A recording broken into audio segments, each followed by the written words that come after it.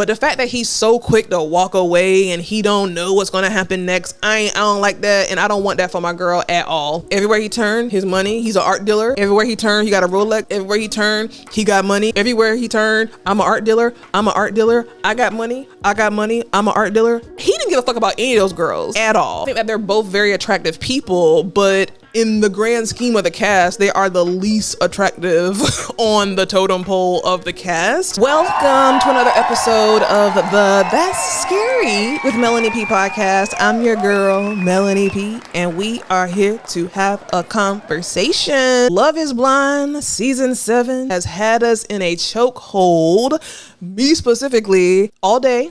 I watched all of the first episode, so this will be a spoiler of who the couples are. If you have not seen it, still watch, but fast forward. But Love is Blind season 7 is out, and how am I feeling about the first several episodes that I saw? I'm enjoying this season. I think it was an amazing selection of cast and couples. I think it was very diverse. I think that this season, I honestly think that a lot of the couples that are together are going to make it. Hopefully. I feel like a lot of the couples that are together thus far have what it takes to make it. I think that this season 7, I feel like there's a lot of great compatibility. I was talking to someone and they were saying that, Love is Blind people, they are strategic about the people that the casts that they select to come on the seasons. And I know a few people personally who was on the Love is Blind previous season that was in Charlotte, and their story as to how they got selected to be on the show didn't seem like they put much thought into it. Now, I don't know if this season, maybe they did something different because a lot of the couples from the previous season did not make it. But I will say that the couples that I have seen thus far on season 7, on the episodes that they've put out, I feel like a lot of those couples have what it takes to make it down the altar and have a wedding. So I'm going to just go through the couples. We're going to talk about it. We're going to engage, and I'm gonna kind of let you know my thoughts to see if we are all on the same page. So the first couple, one of my favorite couples, is Taylor and Garrett. Now, Taylor and Garrett, I definitely think they are extremely, extremely compatible. I will say that when they were in the pods and, she alluded to the fact that she could be of a different ethnicity than what maybe he was anticipating, I didn't really like his response to that. He was saying that, I've only dated white girls, and I feel like you're being strategic, low-key sneaky with alluding to, what your ethnicity is by not saying it. And I feel like he was really, honestly, kind of rude. I didn't like his response to the whole ethnicity conversation. The whole purpose of being in the pods is to blindly find love and not know anything about how the person looks. So I don't know if I am right in thinking this, but I feel like he was nervous that she would be very, very, very far from the typical, maybe, white woman or girl that he typically goes for. He sounded like really afraid when she was like, oh, well, I don't want to give you my mom's last name because then you'll know or have a good idea of my ethnicity. I didn't like that. And that made me nervous. But once they met and once they were in Mexico, I feel like they had really, really great chemistry. I love their conversation that they had on the beach, talking about compromise. I feel like they have physical and mental chemistry. She said this statement a few times, and I really wonder what this is going to mean in the next episodes. She says that men, and shit, this is true, but she said that men talk a good game, but will the actions match the words? Like, she doesn't want to hear the words. She wants to hear the action. And she said that a couple of times in these first few episodes. And it made me just wonder, is that like a a prequel to something that's going to happen down the line. I love that they're both into like kind of the same hobbies in terms of like I love when they were on the beach and they both went surfing. I think that they both have a competitive nature that does kind of not concern me, but he made a comment that, you know, we're both aggressive people in our careers. And so sometimes that can be a really, really good thing. And sometimes that could be a not so good thing. I feel like in this case, just from off the first couple of episodes, that is going to be a good thing for them. They were one of those couples that I was like, damn, that's a good ass match. Like, that's a good ass match. Taylor reminds me a lot of myself personality wise because, well, not a lot, but her sense of humor, like she's very much shoot the shit, always joking, making a joke out of everything, and kind of like a dry sense of humor. And I like that about her. And I like that so far he seems to like that about her. It was really cute that they both had these weird nerd tattoos. And I think that they were a really good match. Now, the difference in their ethnicities or like background, I don't see that being an issue. And I don't see that being an issue because even though she's not white, she's not black. And I feel like, honestly, I feel like he got nervous. I feel like his questioning of, you know, oh, you're being strategic and you're not telling me the last name and what else are you hiding? What else are you hiding was given like, whoa, back up. And at that point I did think that, okay, they're not gonna work, but I don't know. You like who you like, you love who you love. I think that they have what it takes to make it. Ashley and Tyler. When he said that Ashley was a 12 out of 10, child, they're another couple that I think is going to make it down the altar. He's saying all the right things. They have a really good, you know, chemistry. I feel like he, you know, a lot of times these men on the show and in real life, they'll love bomb you. They'll say everything that they think that you want to hear. And then after a couple of months, or in their case, a couple of times of being together, the real them shows. I don't get that from Tyler. One of the things about Tyler that I really like, that I think solidifies my thoughts on him, is when he was talking about his mom. People always say, and I do agree, that you can tell how a man is going to treat you based on how he treats the women, like his mom, his sisters, his aunts in his life. And I think that is what makes him, in my opinion, this is horrible English, gonna be a good match for Ashley. Physically, I think that they're definitely a great looking couple. I think that there's definitely physical and mental connection. I don't think that he's just telling us what we want to hear. I think that he's genuinely at a place where maybe he's done all the immature bullshit and he's definitely wanting to start a family, have a wife, and live the fairy tale. I absolutely love that he cooks. I absolutely love that he's not into these like typical gender roles. I absolutely love at the top of my list that they have been praying together. Now, I ain't gonna lie.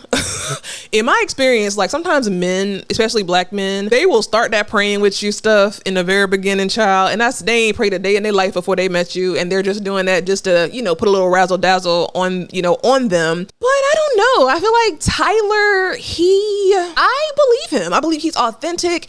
And I think what makes me feel confident in my opinions is the stories about his mom. I think he's going to treat Ashley right. He let her know that he is a protector, period, point blank, and that's who he is. That's who he will always be. He is a protector.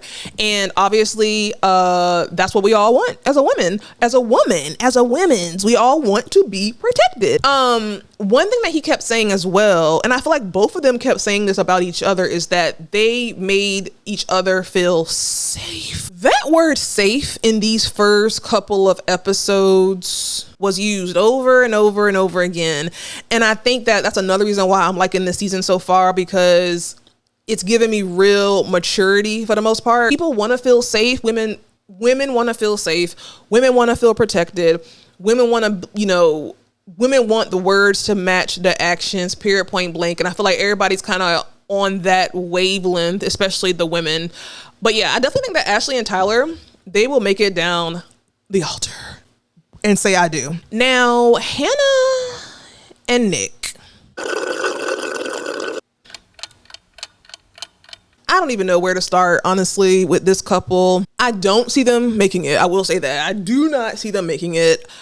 A lot of people that I've talked to have spoke to Nick and how he kind of like talked himself up in a certain kind of way in the pods, but isn't really that guy that he talked himself up to be. And I think that they actually both did that. I haven't heard anyone say this, and maybe it's still kind of new, but both of them was lying, and both of them was being delusional in Hannah's, words about who they are, who they show up to be in the real world. Nick made it seem like he was this masculine, big, muscular, extremely attractive jock, just like a fine ass dude with BDE for sure. But that's not how he show up. That's not how he show up. And Hannah, one of the things that she said that threw me all the way off and has me thinking, like I will never forget her saying this, but when she was in the pod saying that, most guys like him, meaning most like attractive guys, only see her as a sexual object, and she doesn't want to have that this time. And that I didn't get. I feel like they both were projecting their insecurities on each other. And in this experiment, both of them lied about how they showed up in the real world. I think that they're both very attractive people, but in the grand scheme of the cast, they are the least attractive on the totem pole of the cast. I don't see it working. I think visually they look odd together. she's the youngest on the cast. She dresses weird. Even like how they dress is so drastically different. She had on overalls at their first meetup with the other couples. He's given like Jersey Shore Guido. I don't see them making it. I thought that now I will say I do believe that editing wasn't on a lot of the people's side. I don't know that whole scene where he was riding the swans and then the other lady came over and they were riding the swans together, and I thought that was a little bit disrespectful.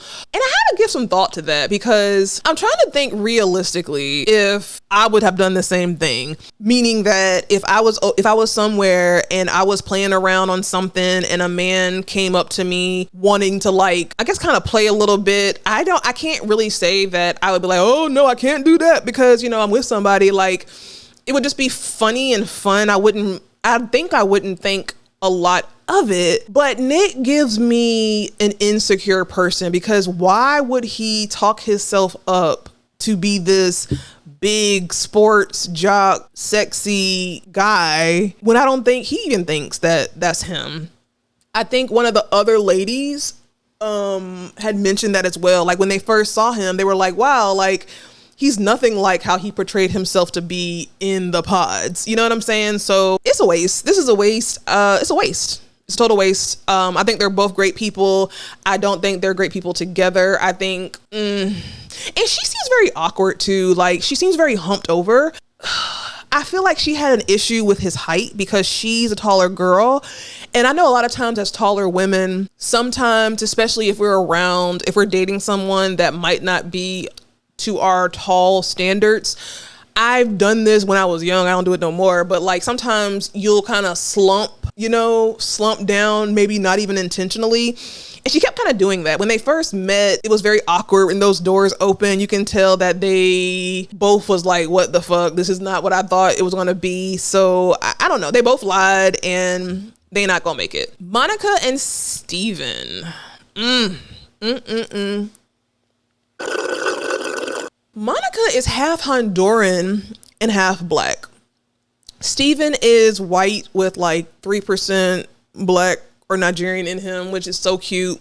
Originally, in the beginning, I thought that they were going to be a good match. But I'm so curious to see what your thoughts are on this because at the very end of the very last episode, when she felt like he was doing a lot of talking and not letting her get a word in, the way that she presented that and her response to that, was like really, really weird. Like she got angry and had that weird look on her face for something so small. And I didn't like that. And I think he was kind of like, oh shit, like who is this? I've not seen this person. And I think the fact that it's something about her, I think she's hiding her true personality. And I feel like when they go to the real world and they're living together, he's going to see a side of her that she did not and has not shown in these first couple of episodes and in the pod. They, to me, are a perfect example of, you know, falling in love with, you know, the idea of falling in love with the idea of what it could be, and falling in love with the idea of what each other are or could be. But the reality is, I don't think it's going to work.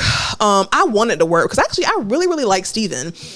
Steven is, I'm not going to say that he's not attractive. I think he is attractive. He's probably not what you would say as stereotypically attractive or traditionally attractive. But inside, I love his lightness towards life. I love how he jokes. I love how he covers her with words of affirmation. And, you know, I don't know. I like him a lot. And I did like her a lot until the last scene with them when she was just, I didn't like it. I didn't like how she flipped a switch and then was like, let me get a word in. Let me get a word in edgewise. Okay, we get it.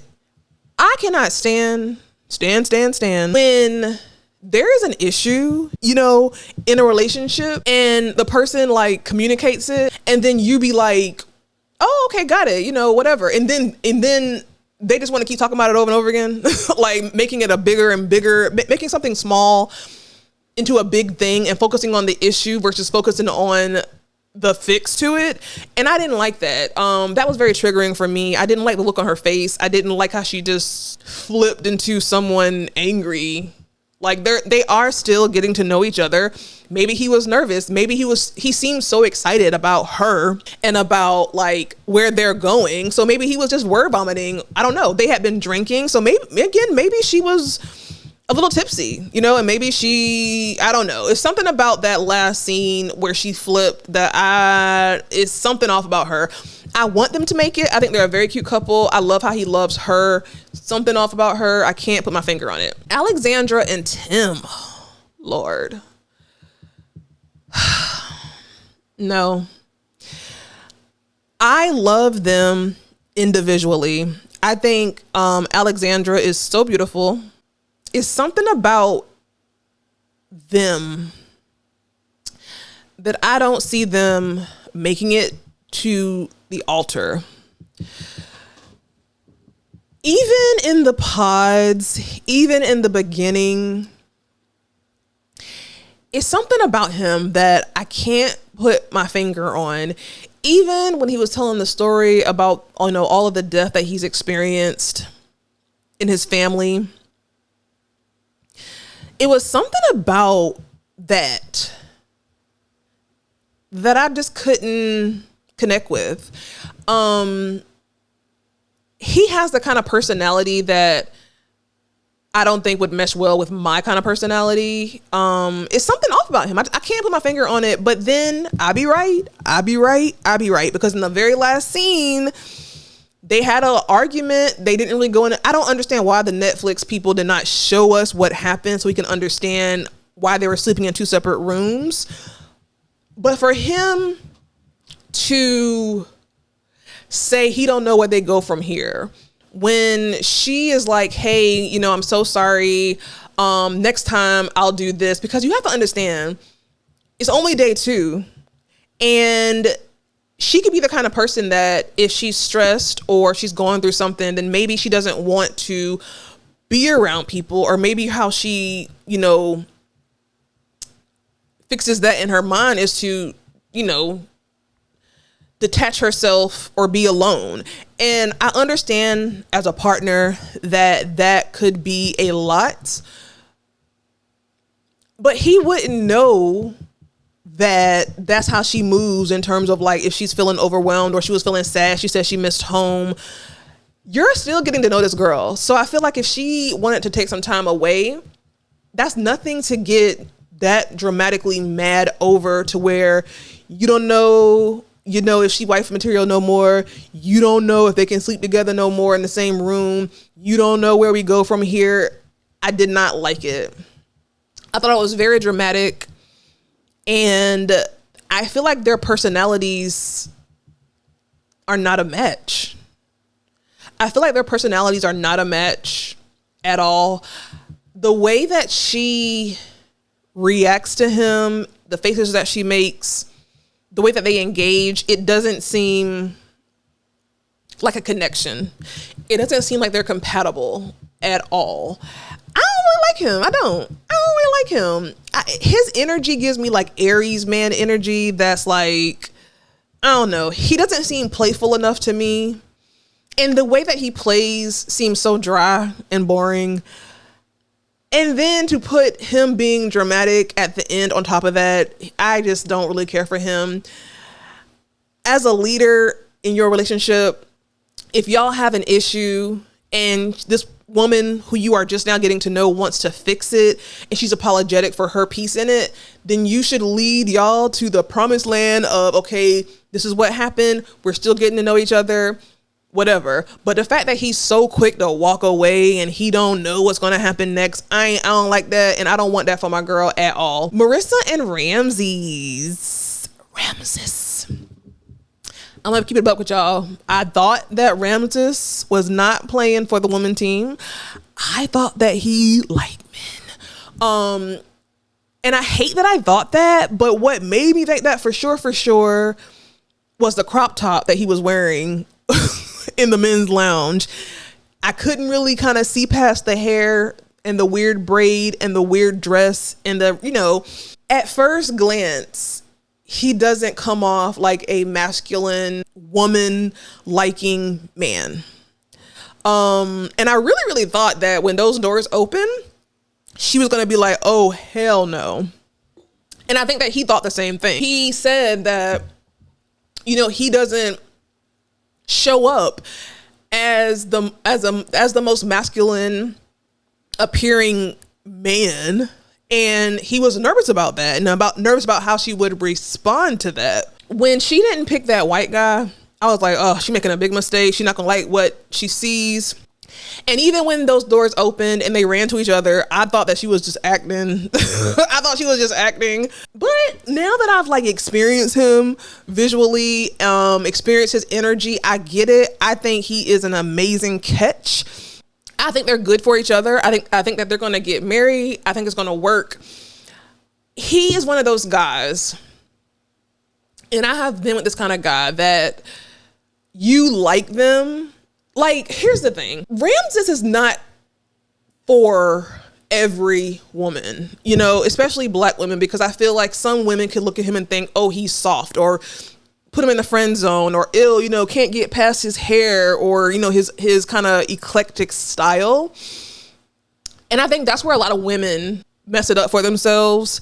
The exterior of a person, meaning maybe how they dress, maybe a weird hairstyle, whatever. Okay, cool. People can get haircuts. People can maybe adopt a new style or can grow to have a more elevated style. But someone who's an asshole and is an idiot and is immature inside, they ain't changing.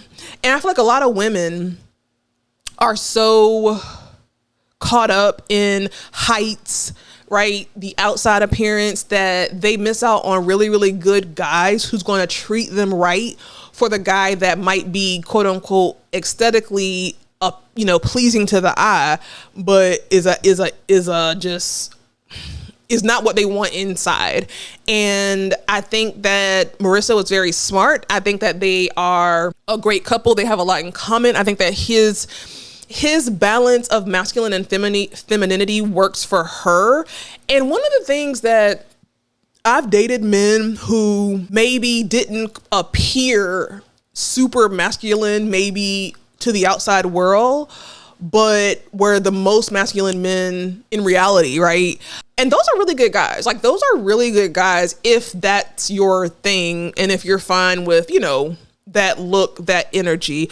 Ultimately, I do think that they're going to get married. I do think that it's going to be a good, healthy relationship. I will say that I don't know what Marissa's zodiac is, but she gives me Scorpio energy. And if anybody messes this up, I think it would be her. I think it would be her. Because she seems very outgoing. She seems very much free spirit. And in the preview, she was flirting with that other guy. So I don't know. I feel like if anybody messes this up, it will be her. But I think they're a beautiful couple. I love them together. I love how he loves on her. I love how he touches her in the most intimate way. And I love him and I love her. I love them together. And finally, Britney and Leo. What a shit show. What a shit show. I ain't gonna lie. Now, Leo was a psychopath. Leo is a psychopath.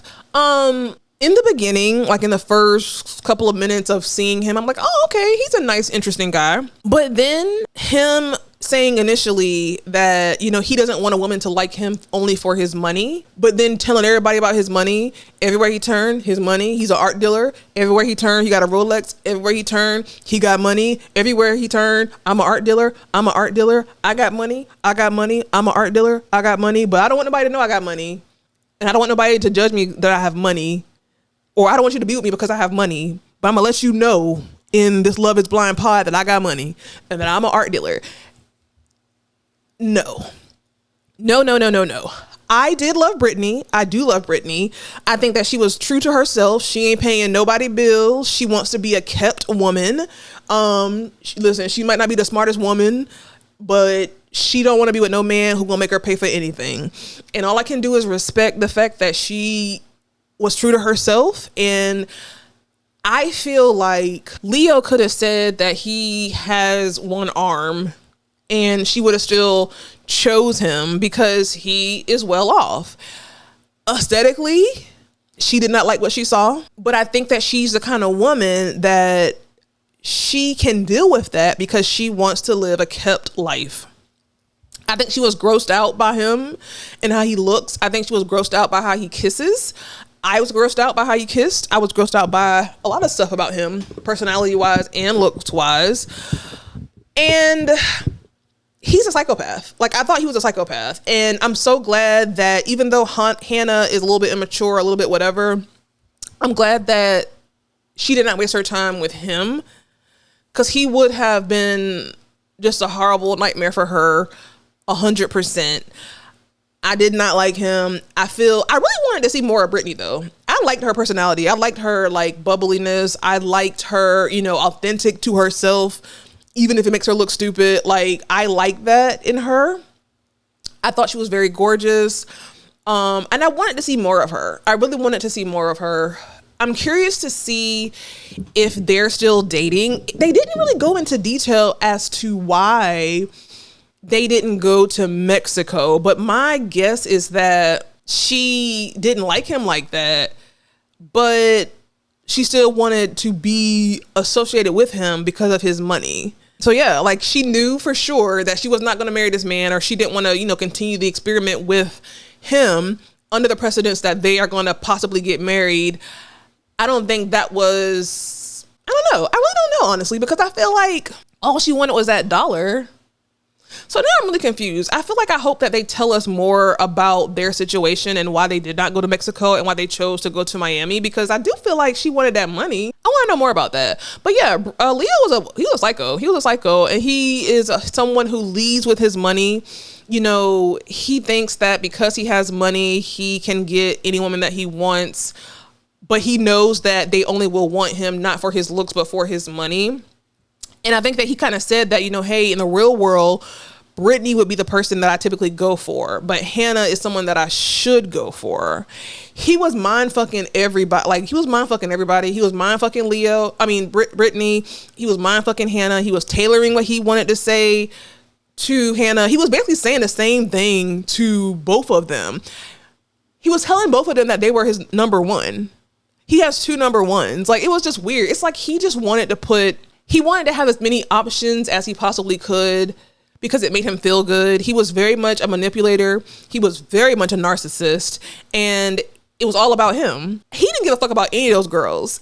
at all. He more so gave a fuck about himself, meaning that he wanted to look good on the show. He wanted to have all the options and keep all the options. So for him, he could make a decision that was best for him. Not best for them, but best for him. He chose what he thought would be best for him, and it apparently did not work out. He's very weird. He's very weirdo. Like, he was very much a weirdo. He is my most irritating, unlikable person of this cast so far. But yeah, I don't know. I'm loving this season so far. A lot of these couples, I think they have what it takes to make it. Maybe one or two don't. Definitely Hannah and Nick don't have what it takes. Obviously, Leo and Britney they didn't make it. But a lot of these other ones, I'm interested to see how it plays out. I think that in the previews for the next episodes, they wanted to make it look like people was arguing and having a lot of issues. And I think that they were, but I think ultimately a lot of these couples are going to say yes at the end of the season. Let me know your thoughts. Let me know what you're thinking about these first couple of episodes and your predictions on who's going to make it. And I will see you in the next episode.